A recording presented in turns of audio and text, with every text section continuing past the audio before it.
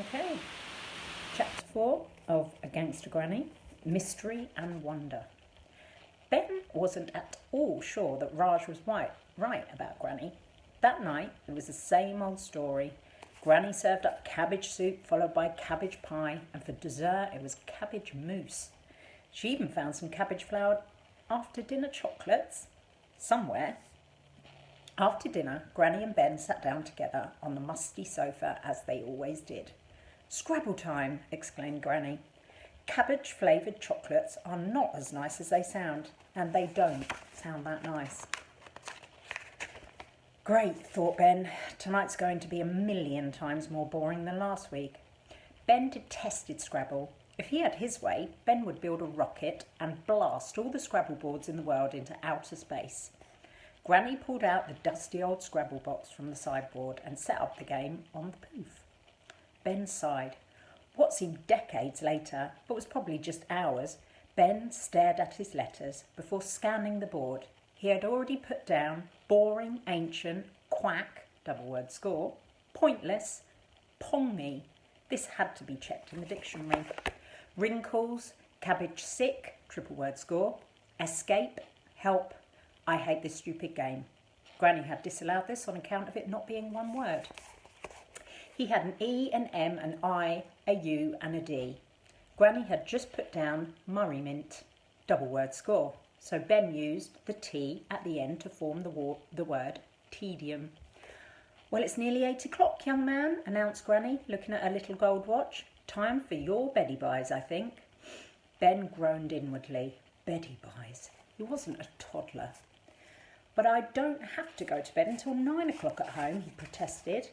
"And not until 10 o'clock when I haven't got school in the morning." "No, off you go. To bed, please." The old lady could be quite firm when she wanted to. "And don't forget to brush your teeth. I'll be up soon to give you a bedtime story if you like. You always used to love a bedtime story." Later, Ben stood at the sink in the bathroom. It was a cold, damp room with no window. Some of the tiles had fallen off the wall. There was just one sad little frayed towel and a very worn bar of soap that looked like it was half soap, half mould. Ben hated brushing his teeth, so he pretended to brush his teeth. Pretending to brush your teeth is simple. Don't tell your parents I told you. But if you want to try it for yourself, all you have to do is follow this handy step-by-step guide. 1. Turn on the cold tap. 2. Wet the toothbrush. 3. Squeeze a tiny amount of toothpaste onto your finger and place finger in mouth. Move the trace of toothpaste around your mouth with your tongue. Spit. Turn off the tap. See, it's so easy. Nearly as easy as brushing your teeth. Ben looked at himself in the bathroom mirror. He was 11 years old, but shorter than he wanted to be, so he stood up on his tiptoes for a moment. Ben was aching to be older.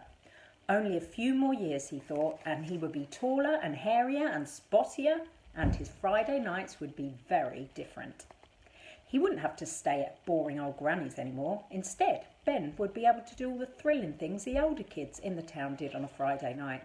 Hang around with a gang of friends outside the off-licence, waiting for someone to tell you off. Or, alternatively, sit at the bus stop with some girls in tracksuits and chew gum and never actually get on a bus.